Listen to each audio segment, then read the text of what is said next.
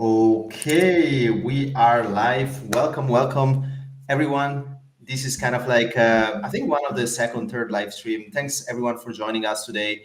I'm Francesco, and today I'm excited to host this session alongside Simon Brown, aka Orbmis. I think this is your tweets, and it's exciting because we're sitting down with kind of like two expert logo specific that we will actually speak about network state. So we're going deep.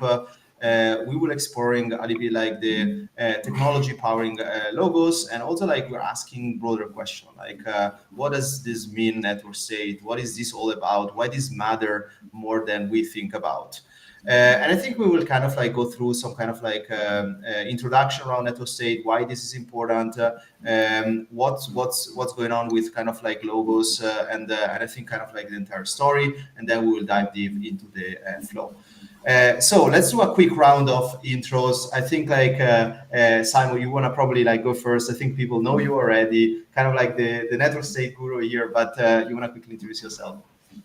Yeah, thanks, Francesco. Yeah, I think this is the fourth live stream we've done on the consensus network state the network state topic. So a few people will probably recognize me at this stage, but if they don't, I'm Simon, and I lead the consensus network state team in Consensus. And I'll pass it over to Jared. I'm Jared. I guess co-founder of Institute of Free Technologies. Been in this space, since Bitcoin around late 2010, 2011, but a long history in sort of cypherpunk culture and stuff like that, and narco-capitalism. Mostly known for doing Status, which is an Ethereum client. And in the pursuit of building Status, we've also built out a whole bunch of other decentralized protocols, which is now forming a decentralized technology stack called Logos. Corey? Yeah. I've been around the space a little bit after Jared started, early 2011 or so. Podcasting. Fell in love with the narrative that Jared was throwing out there when Status started. Joined early in security and have kind of moved to the point of being like a high-range cat wrangler of the organization. Trying to get things going and seeing what's going on and pushing it forward. Corey's the man. Couldn't do it without him. That's so cool. It's really cool to hear. Thank you so much for the intro. And I think let's give some context also like a little bit more about Logos, right? You guys wrote in the manifesto, you describe it as a self-sovereign network state founded on the solid ground of liberty, security, privacy, openness, and decentralization. I think those kind of like attributes is something that we're discussing a lot in this kind of like network state episode. I think it's also like for you, Simon, our ideal core of like defining Web3 value. And tell us a little bit more. What is Logo? What is kind of the vision behind it? How it started, and why you guys are so passionate about it? I mean, yeah, it's a big question, and there's like multiple paths or like sort of influences throughout certainly my life, right? So I guess I was born in the 80s and I grew up with the 90s culture in Australia. And I was exposed to like BBSs very early on, to the bulletin board systems. This is back in the days, kind of pre-internet, and you were like, dialing people's computers, having these sort of text-based sort of like forums. And quickly through that, as a young sort of preteen, you're racking up a very large phone bill, so you need to find ways to make that cheaper. And I discovered phreaking, which is like means of like hacking payphone systems and phone line systems at the time to be able to get cheaper calls. So through BBSs, I found the International Subversives, which is like Julian Assange's e-Zine at the time, and sort of hacker group. Got exposed to more techniques and so on. And then, through that cypherpunk culture, libertarian ideas, anarcho-capitalism, counter economics such as, agorism and these sort of ideas. At the same time, like there was on these boards, you would find a lot of piracy, right? And so that kind of I was more involved in that scene at the time. And there's some really interesting analogies around pirate organizations and network states that would be interesting to touch into. And I guess the third strand that's kind of happening around the same time in the sort of mid-90s was virtual worlds. So I grew up in the country. My closest neighbor was probably about a kilometer away. So quite isolated, and a lot of excuse to basically have a misspent youth on the internet. Found myself moving more into these virtual worlds. So, and these virtual worlds kind of started in bulletin board systems, all these sort of like text-based multiplayer games. A famous one is called Lambda Mu. And a lot of people are just kind of role playing, right? So it's kind of like World of Warcraft or like your favorite RPG, but like you have to make it all up in your mind, essentially. And what was really interesting is that these virtual worlds started to express social dynamics and then the need for governance systems, right? So in Lambda Mu, there was a famous case of a sexual assault that happened within that. And at the time, there was a sysop or a sysadmin that was basically a benevolent dictator. And this sexual assault was essentially because there was a program or an object within the virtual world called a voodoo doll that would allow you to type in actions on the behalf of another user, right? And people, were involved in this world. For them, it's quite real, and they took obviously offense to this. And so there was a need for arbitration on whether they should kick them out. Democratic systems formed, arbitration legal systems started forming. And so this is quite compelling. I saw the same pattern happen in another 3D chat program called Active Worlds. So this is like a precursor to Second Life, if you're familiar with that. And here you have private property rights or real property, right? Like you have digital, kind of like what Decentraland's trying to do. And societies, like little villages would form, they'd turn into cities, and the same thing would happen. Like these people in this virtual environment needed systems of governance and being able to moderate themselves. But I think the epiphany kind of really hit me when a paper came out, I can't remember the name of it, basically comparing the economies of World of Warcraft and Ultima Online. And they were basically showing in that paper that they had economies that were equal to or larger than some nation states, right? And so that's kind of when it really clicked with me that, like you could probably have a system that is like within this virtual world that would be equivalent in terms of economy and potentially economic output and contributions to society that is completely divorced from this sort of like territorial basis that we tend to imagine like nation states, right? This wasn't the only I wasn't only thinking of this, right? Like many of the cypherpunks were thinking similar ideas, right? So the precursor to Tor, the anonymous communication protocol, was called Freehaven, for example, and had some similar ideas. This idea that you could carve out, using cryptography and anonymous communications, these sort of like sovereign territories in the internet.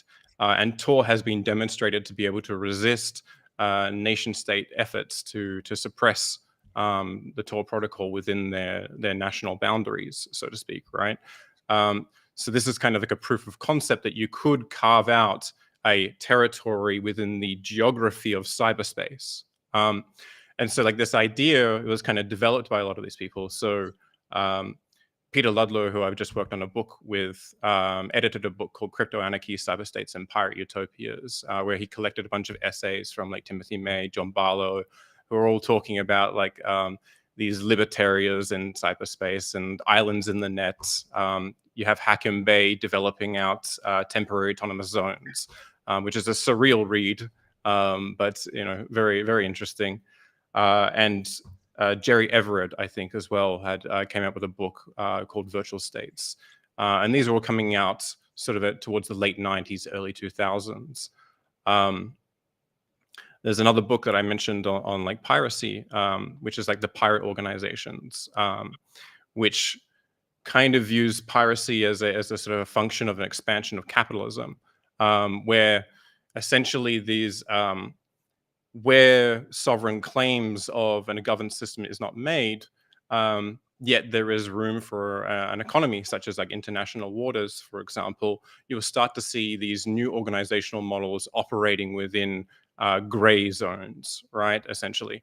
And then over time, there's like formalization, like the state will ultimately bring in some their own formalized or sanctioned, legitimized versions of pirates, which would be corsairs, and ultimately the space will develop and the new economy will be integrated into the sort of white sanction system. And you can see this even with something like the peer-to-peer file sharing programs, right? So like you had very early ones, but then like Direct Connect, eDonkey, LimeWire, SoulSeek, and so on. They're still in operation today. BitTorrent is still accounting for like 4% of internet traffic globally. And then like they turn into the Netflixes and Spotify, or the Corsair equivalents of these entities, right? So I view blockchains as a form of this, right?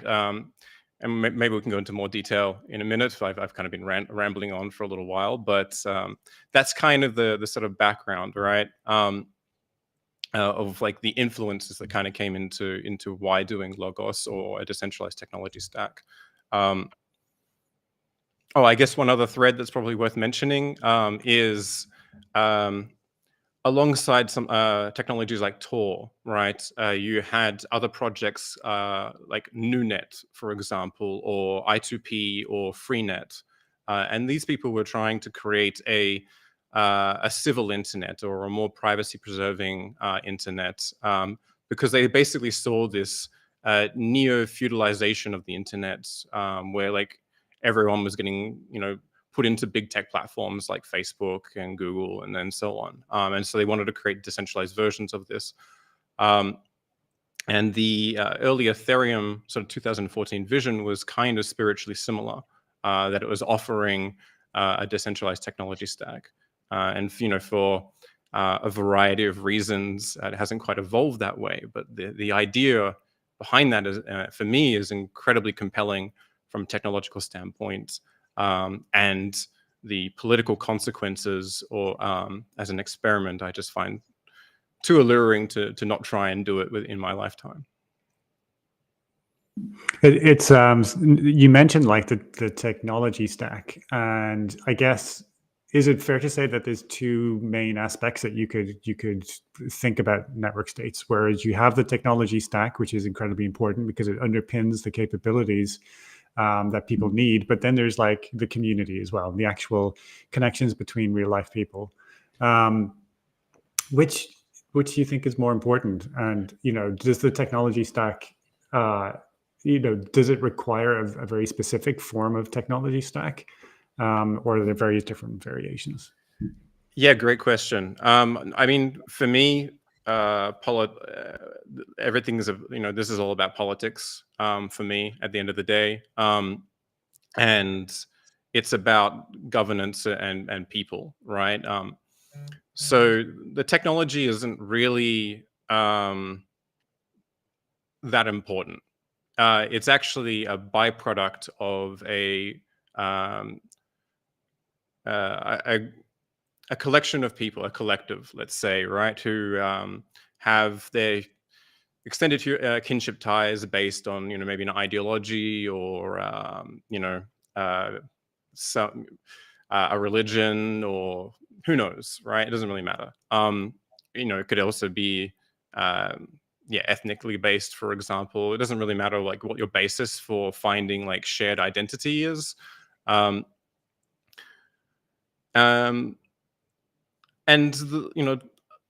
whatever that sort of society or that collective creates is going to be a byproduct of the way of their thinking, right?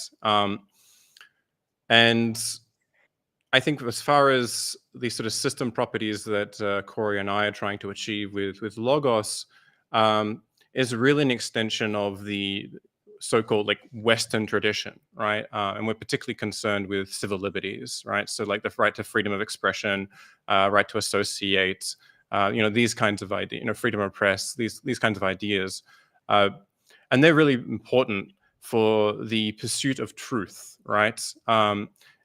And safeguarding against tyrannies, right? So once censorship comes into play and you can basically shape the public discourse of a people's, then you can divorce them from their historical identity, and you can prevent entire lines of thinking just by making it not part of the dialogue. And then within a couple of generations, people will forget. I think you only need roughly about 3 generations for cultural memory.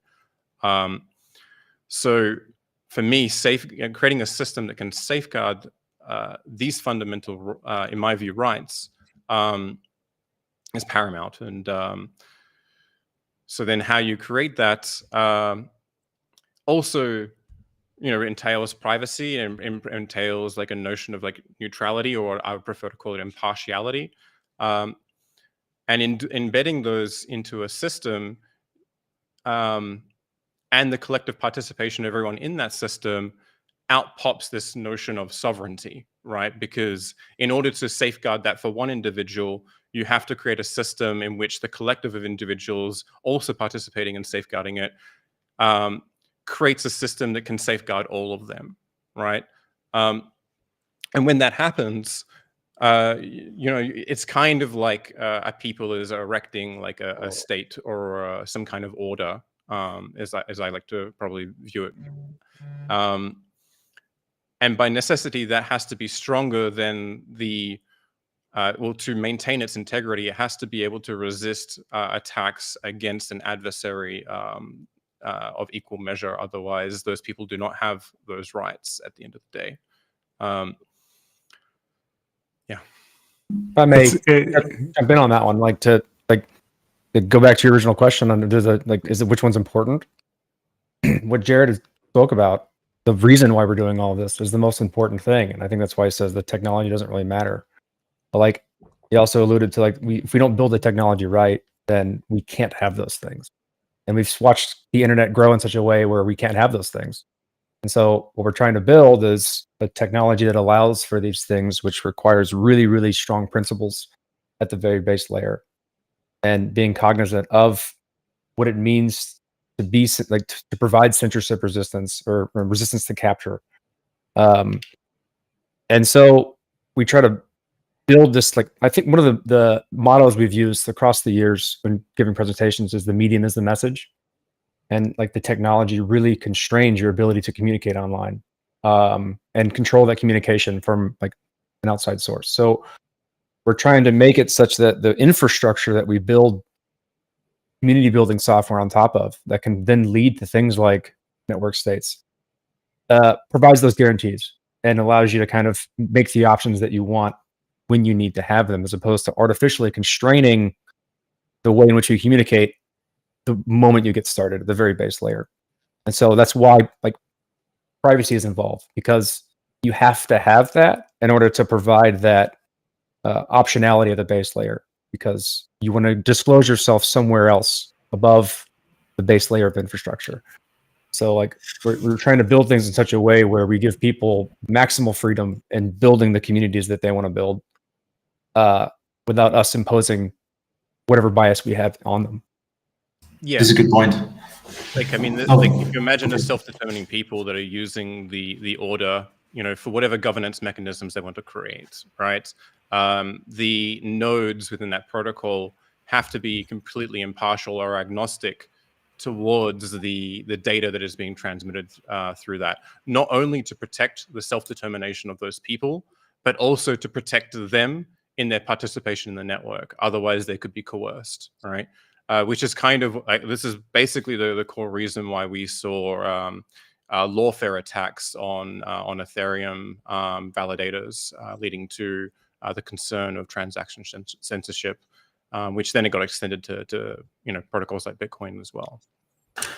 I just want to say, like, tooling specifically is super important, right? I really like when people are asking questions on comments, and at the end of the day, we're building also tooling for enhancing kind of like distribution. And this question from Metabase is saying, do you think network state tooling and platform should mimic Web2 pattern, but with better privacy, no necessarily to right adoption, right? Or is there any way to reach out to people? So my question is also like how we kind of like increase distribution, but also outreach to the right target audience. So what do you guys think about that? I've got a good one for this one, if you don't mind. Go for it. Oh yeah, go for it. The example I like to use here, so like I guess I'm going to rephrase the question in my own words, is like, are we just going to build things that give people the same behavior patterns as Web 2, but with a better infrastructure? And kind of like we need both. In order for us to make any real societal change, we need behavior change. And that's the hardest thing you can possibly do. From a security perspective, like the best way to protect your system is to force the attacker to change their behavior, because they're really unlikely to do that. So if you kind of extend that to societal change, like behavior change is really hard. And we've seen that in our attempts to grow Web3 so far. It's really cumbersome. People don't want to do it. And then we started getting solutions like Coinbase, right? Coinbase is a really good example of building Web 2 on top of Web 3. But that's important to have in this ecosystem, because you need to reach people at their entry point of convenience when they're ready to.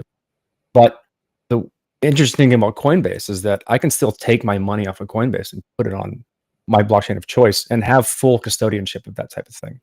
So as long as you build that infrastructure that gives you the option, that will require some level of behavior change, you can build institutions on top of that, which then give you a level of like introduction to people who aren't ready for that level of responsibility yet. And then you can hold their hand and educate them through the process of them understanding how to take full responsibility for the things that they should be taking responsibility for. But if you try to force that up front, you're not going to have any type of real change. So like you need to have this is cumbersome, but it's good for you infrastructure layer, the base layer. But then you need to be able to go out and reach people at all levels of their readiness, if you will, and then hold their hand to walk through it. Yeah. I mean, I completely agree with that. I guess like I'm not quite clear like on the mimicking of Web 2.0 patterns, and I have quite a lot of opinions after the past 10 years of watching like Ethereum's ecosystem grow, because I think that like we did try to mimic many of these patterns in a way that was also compatible with the way the technologies worked, right? The intention was to deploy, HTML or JavaScript or, DApp front ends to decentralized file storage solutions such as Swarm in the case of Ethereum, or IPFS/Filecoin, Arweave storage, all of these. But like what's actually happened is like we've kind of realized that the timeline for getting to the ideal is probably a lot longer than what we anticipated, right? And so there's been like this notion of progressive decentralization, but we're still using like Web 2.0 servers. So like we're really Web 2.5 at this stage, if you can even go that far to call it that. And I think this actually has quite a few problems, right? Because, I mean, you inherit a lot of the security risks that we were trying to solve in Web3 originally. But when those happen, it's kind of like it's a dark cloud with a silver lining. Like, say, for example, the Gnosis Safe attack, phishing attack, kind of forced or allowed us to use these technologies, so you now have a URL with a content hash in it, so you could validate against a phishing attempt, or access the front end in a decentralized fashion, rather than relying on a centralized server and a centralized name system that could be quite easily compromised. But then like the other sort of side of this is like, while we still have our legal entities or companies that are owning our domain names and our servers, they're all rooted in an authority structure, right? And that will be the jurisdiction or nation state that you're beholden to. And typically you would think that that might be okay, or at least you just need to adhere to the jurisdiction that you're in. But arguably, the largest network state that was ever created was done already by the United States through the Patriot Act, right? They basically required every American company to give the U.S. government access to their data centers, regardless of where they were in the world, undermining the sovereignty of every nation state in which U.S. companies operated and had data centers in. So this extended the jurisdiction of the United States basically across the entire planet. So yeah, there's kind of real world consequences that can play out as a result of fully mimicking a Web 2.0 pattern. But I think we can make it easy to transition and borrow some of those concepts, in this sort of intermediary phase as we hopefully work towards an ideal. The one thing that keeps coming to mind is, as you're talking about it, is Conway's Law, which if you're from a computer science background, you're familiar with it. Basically says that any system or software that's created tends to generally mimic the characteristics of the organization that creates it. And I suppose that's the same when it comes to like who is creating the software. When it's blockchain systems, the people who are creating it put first and foremost participation, equitable levels of governance, and diffusion of power. And I suppose that it translates into the actual architecture of the systems. And I suppose the danger with like trying to create things that mimic Web 2 is that you're mimicking software that was created by a centralized organization, which therefore creates centralized software. And so, yeah, I think we end up chasing our tails a little bit, but hopefully going forward at the same time. Another question that came in from Demetric Ferguson says, what services can a network state provide that are comparable or better than a modern nation state? It's similar to a question I had in mind in terms of like, I mean, when will ordinary people actually be able to relate to the concept of network states and feel the benefit from those network states in their everyday lives? And what form do you think that might start to take? I know this is very speculative, but I'm interested in your thoughts. I mean, I think there's sorry? Consent. Yeah. I mean, there's abstract versions of this, and then there's like more like practical or real versions of this, right? So what should I unpack here? So I guess like I think what the question is probably asking is like things like arbitration systems, and like we've already seen applications of like blockchain based arbitration systems having like real world use cases in like jurisdictions like Mexico that have been used to solve like actual cases in courts, which is great. Remittances or accesses to global markets. One of the examples I'd like to refer to, it's not really a network state per se, but the model is quite interesting, and it's called BRAC. I don't know if you're familiar with it. They are basically a microfinance platform. They started as a temporary relief in Bangladesh, but ultimately have this sort of mandate or goal to lift people out of poverty, right? And so they tried doing like microloans in like rural areas, but what they found out is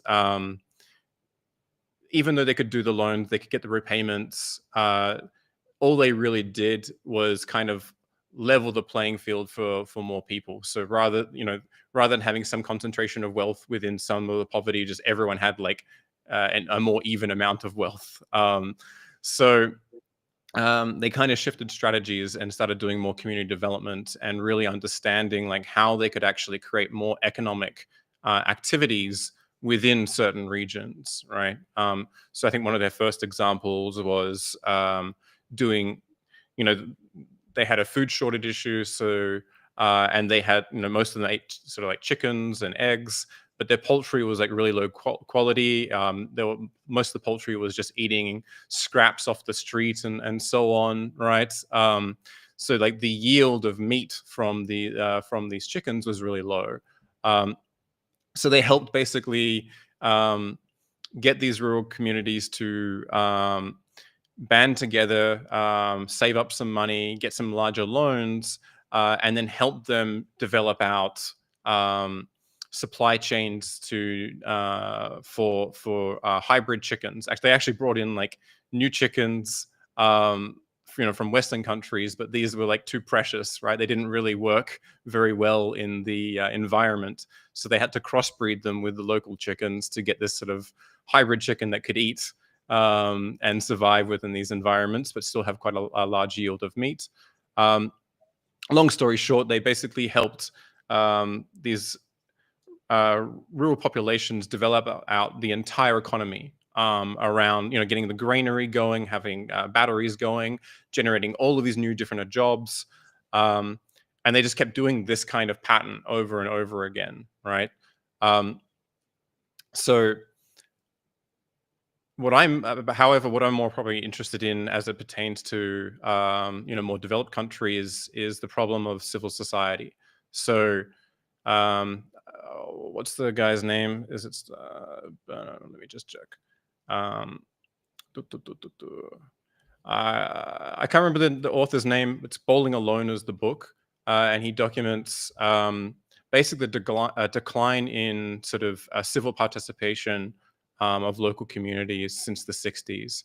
And regardless of whether you're talking about voter turnout, community participation, club joining, having dinner or activities with your neighbors, this has declined across the board from anywhere between 20 to 40%, depending on what activity we're talking about, right?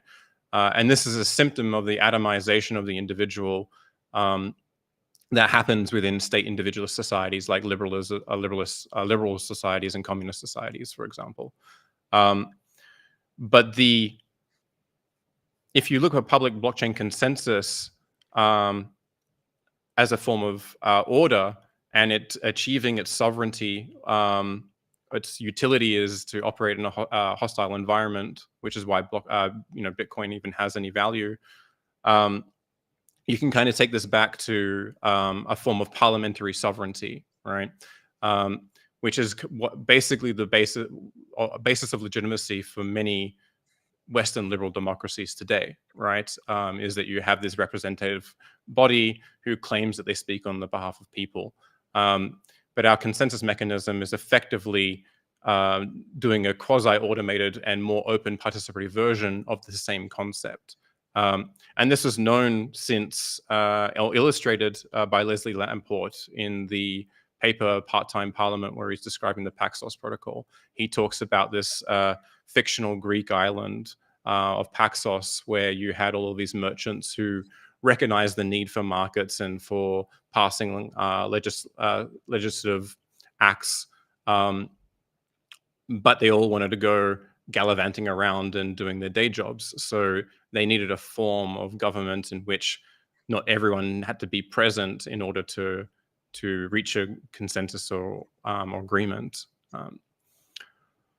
That's fascinating. I didn't know that about the Paxos white paper. I never actually read it, so but that's fascinating. That even early on in the very earliest formation of consensus protocols that evolved to what we use today in Ethereum, they are referencing kind of governance structures that alluded to nation states. It's fascinating. Yeah. Like the whole idea, is from the 80s onwards, really. Yeah. I suspect that maybe a lot of people dialing in, because this was a consensus live stream, they may or may not be familiar with the tech stack that we've been talking about that Logos is comprised of. So there's a few different things. So there's Codex, there's Nomos, there's Waku, which powers the status app, and there's probably some stuff I'm not even mentioning. Would you give us maybe just give the audience a rundown of what those things are and where they can find out more about them and potentially even participate? Yeah, sure. Go for it, Corey. So you named the three, what we would call pillars, the kind of holy trinity, if you will, that's required for building real decentralized applications. Nomos is a private network of agreements, kind of the general way of thinking about it. If you think about blockchains, that's ultimately what they're providing is agreement, trustless agreement.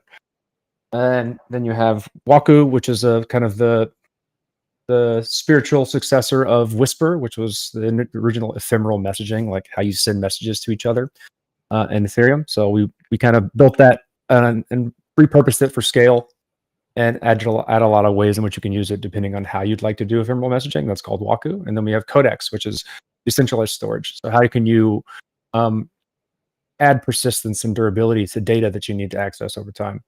So with those three pillars, the main core, you can then build decentralized applications. And what we're now building is the glue for all of this thing, which we're calling Logos Core, which allows you to kind of pick and choose these things in modules and then provide a really good developer experience of building on top of it so that you can build applications for purposes that you want to do really quickly without having to really spend too much time thinking about how you incorporate and include this infrastructure. So you can do things really quickly, experiment really quickly in a permissionless way.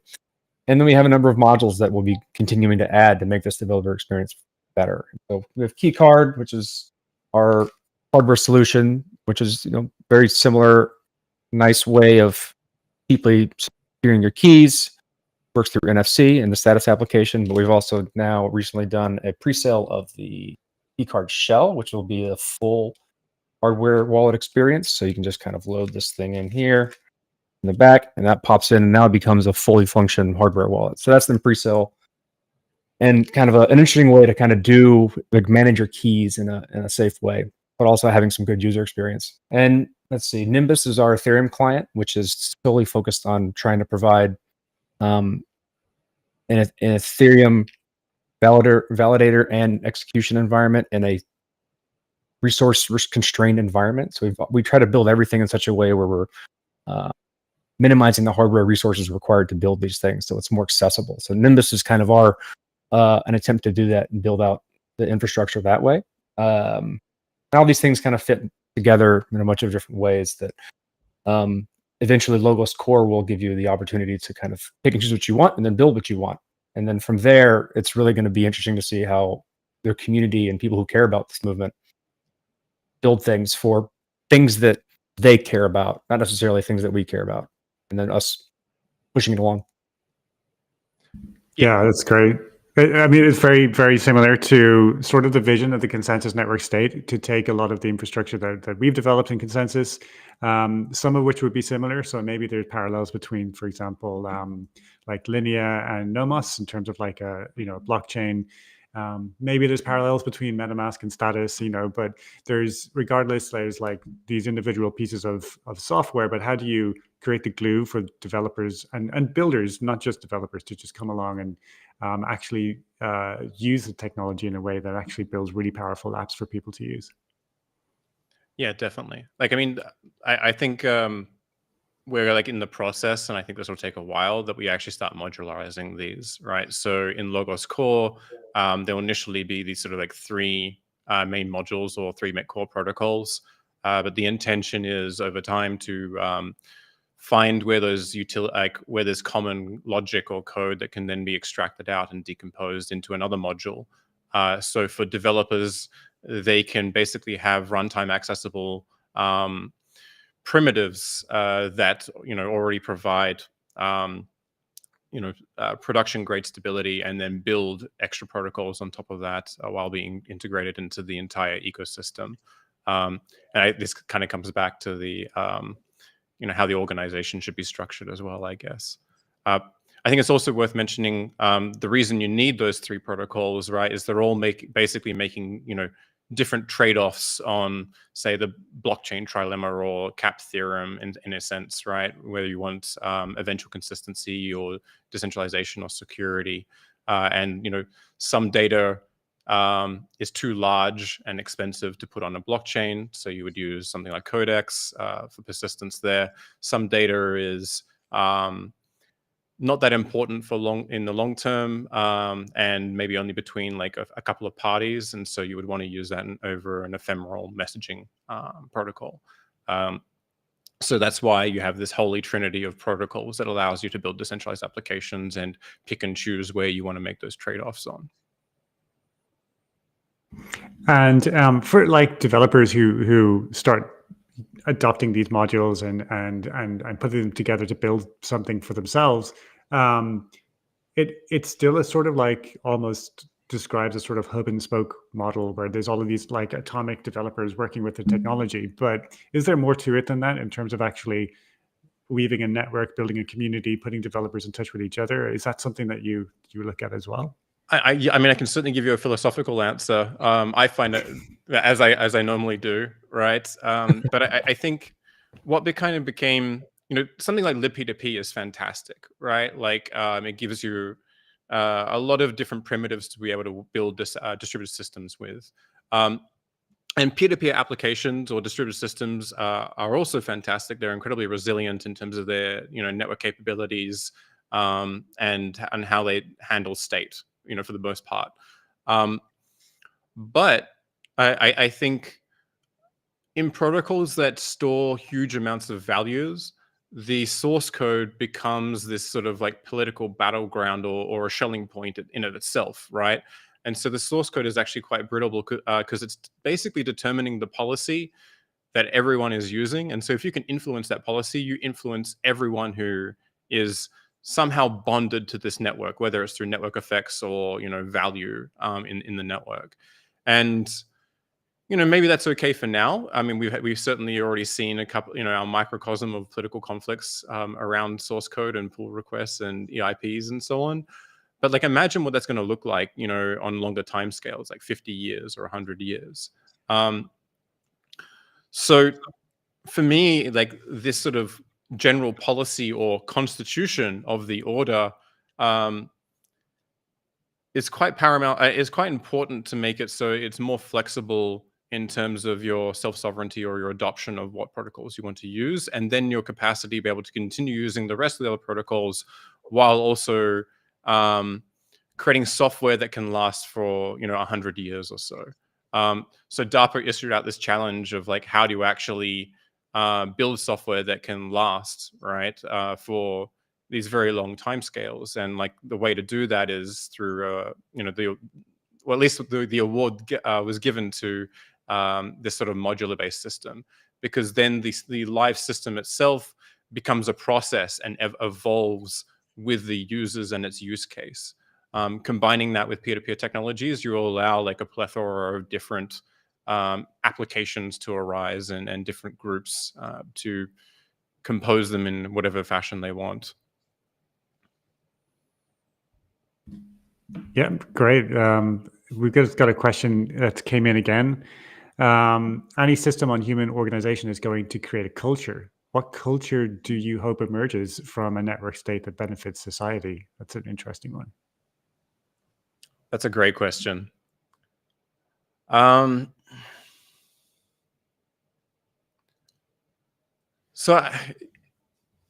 I spent a long time like thinking about group identity formation, right? And that's a really big topic that we probably have time to go into today, right? So there's certain things you can do to kind of like design that, but you're really not really designing it. You're kind of putting like guardrails up, right? Or you're setting like the frame or tone for a culture to sort of thrive in. But a culture is really a product of its times and the shared narratives that in aggregate the people find is important, right? I don't know if you've seen this YouTube video that's going around with a lecturer on language who's speaking to Generation Alpha, and he's like fluent in brain rot, for example, right? Like, and there's like, there's millennial subtitles at the bottom, but like, that's a great example of like, a culture that's kind of arise through internet culture, through TikTok, through games, through like corporations and McDonald's, right? Like, so I think it also comes back to what Corey mentioned, like the medium is the message as well, right? Like the medium is shaping what can be said in this. So as far as we've described it on this call today, like I think the medium being this impartiality or like these system properties that enable civil liberties will be foundational to that culture, which I think is an extension of the Western tradition. And how it evolves from there is part of the experiment. And but I wouldn't, yeah. Can I expand on that? Like my view of like what it isn't a network state, it's a proliferation of network states. That's the more interesting part about it, because it allows for that dynamicism of culture to change over time based on the need of the time. And so when you build a system like this that allows for that fluidity of change, founded on like consent and the right of exit, if those barriers to exit are small and the barriers of entry are small, and you have the ability to move within a number of cultures you can participate in, then that becomes a really interesting experiment to watch unfold. Because the way we're building these things are not like traditional internet cultures we have today that have no value or no quantitative real value. But with the introduction of Bitcoin and how we've expanded from there since then, we now have real digital scarcity in which we can have microeconomies within each of these network states or communities, and virtual trade in between them. So in the event that I no longer want to be a part of a network state or a digital community, I can take my value that I've grown from that and my participation in that community somewhere else that's better suited for me.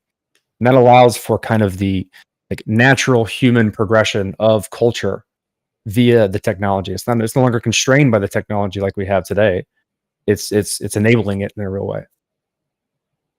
You've used the term "the medium is the message" a few times. Am I right in thinking? Correct me if I'm wrong. Is that Marshall McLuhan? Is that where Yes. who coined? Yeah, and did he also coin the term "the global village"? Was that the same guy? I think so. I don't know if he coined Yeah. it, but he definitely used it. Yeah. Yeah, I mean, that's fascinating to think about, like the implications of what that means. Like when we had the invention of the radio, all of a sudden you had like the prime minister and the king and whatever dictator you lived under was completely omniscient all of a sudden and had huge capacity for swaying thought. And then with the advent of social media and then internet centralization, it amplified that to a great deal. And it's fascinating to think in terms of like what decentralized technologies will do in terms of hopefully countering the effects of previous technologies. Like, how do you see then something like either network states in general or Logos specifically, whichever you prefer, thinking about like how do you see it in 10, maybe even 20 years, the effects they may have had? That's a great question. I think like I mean I have some answers. I have like a sort of I guess like the success or the win for me in Status was actually in its use during COVID in Australia. Being Australian but having not living there for 17 years, and seeing some of the draconian policies that were put into place and their enforcement, and then seeing people in Status, for example, being able to coordinate their resistance and protests through something that we created was a huge win, right? I think that the success of these systems that we're building are effectively a hedge, right? They're a hedge against concerns about debt-based systems collapsing, kleptocratic corruption, extracting too much value from these systems, reforms that haven't happened from the Snowden revelations or WikiLeaks and the continual erosion of liberties. So the real success is that nothing changes, right? But I'm probably a little bit more cynical or pessimistic on that outcome. So I think for these systems, you'll start to see like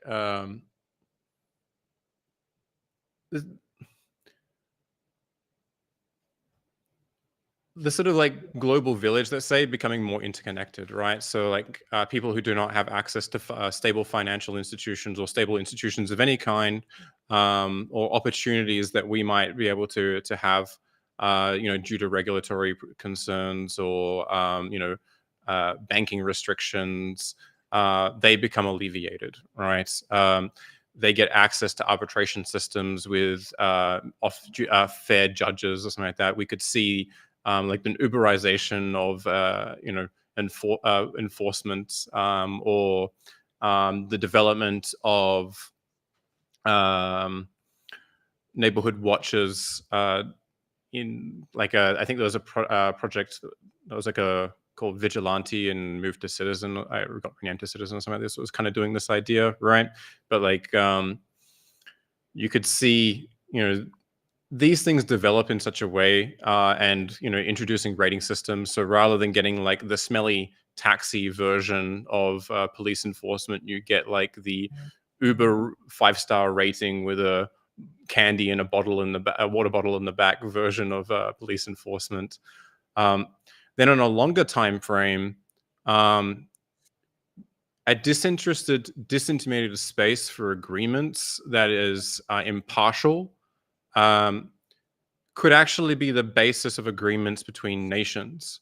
And so if I were to let myself dream, I could imagine this becoming like the substrate or basis technology that something like the United Nations could create, and potentially even like a world reserve currency option that would allow for fairness and understanding what kind of agreements that you're entering into and the contractual obligations that are associated with that, and the I wouldn't say guarantees, but the stronger hope that they will operate in the way that they were designed and entered into, which then there's a lot of things that have to happen before that. Like you also need to have like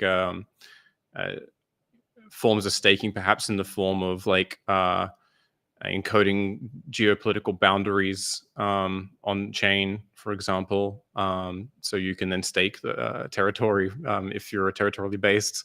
And then just self-determining people in general, right? I think will be able to coordinate themselves in the way that they want to and not be subjected to lines drawn from colonial pasts. So yeah.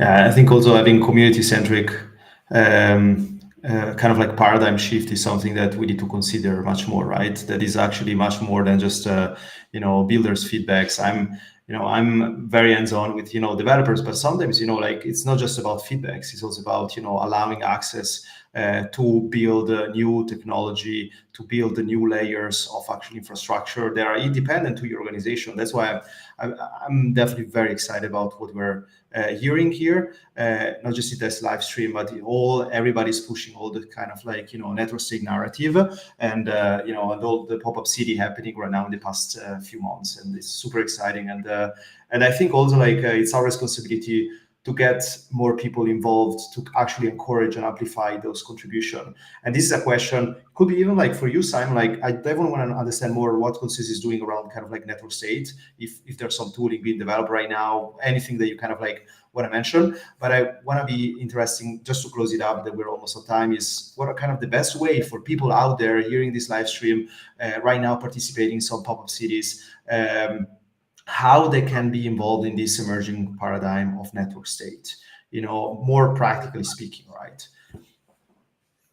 Yeah, I mean, I think probably the most fun and practical version of this is like joining like a Zazalu or pop-up city kind of fork. And yes, I think that, I'm looking forward to those developing. I find that they're a little bit too insular at this stage, right? I'd like to see them doing more community development and establishing more long-term communities within the areas that they pop up into. And I think we'll probably see that. We do Parallel Society Congress, which is an annual event where we're trying to get a lot of people to come into. You can visit that at psc.logos.co. So, we're trying to get people together to talk about these ideas and develop them. There's a plethora of different projects that are on X that you can go check out. It's probably it for now. Yeah, it really depends on like what you're bringing to the table, because everyone's coming to this from a different perspective with different skills. Like with the Zalu stuff, and you open it up to a larger community, you start to. It's important to realize that we're trying to solve real problems for real people, and that means we need to understand what those problems are and hear them from the people who have them. Otherwise, we're just building for ourselves, and it's not going to make any difference. So, like, we need those people to come in, and things like Duzalu and these pop-up cities and those initiatives and PSF, PSC help us hear those problems because we're bringing people in and listening to them. And technologists need to be able to hear those stories and think about new ways of solving them that provide solutions and help people do things they want to do. So like go to these things, tell your stories, developers listen to them and come up with new ways to do it. And hopefully we as an organization can build tools to facilitate the developers hearing those stories and helping them. And that's kind of what we're trying to do, is help build tools for people to fix problems in a real way. So like, come join the Discords, go to X, go to these pop-up cities, go to our PSC, like, and talk to us. Yeah, I'd second that 100%. And I want to just give a quick shout out to Switzerland, because I see Veronica is listening in. Hey, how's it going? They're doing some amazing work over there. But, you know, like, participating doesn't mean you have to get on a plane and travel somewhere and, you know, spend some time somewhere. Like, you know, you can participate even in your local community. But I think, just to say what you said, Corey, that as technologists, we need to like build ways to allow people to surface what their needs are, and to surface like what they're already building, and how we can empower them to build them even better. So surfacing those requirements is something we're working on very ardently on this end as well. But it's crucial. It's everything.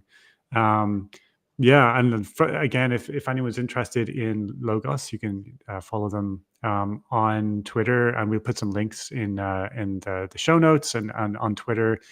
Likewise, follow me or Francesco or Consensus to find out what we're doing. We'll have some kind of more updates and news in the coming months.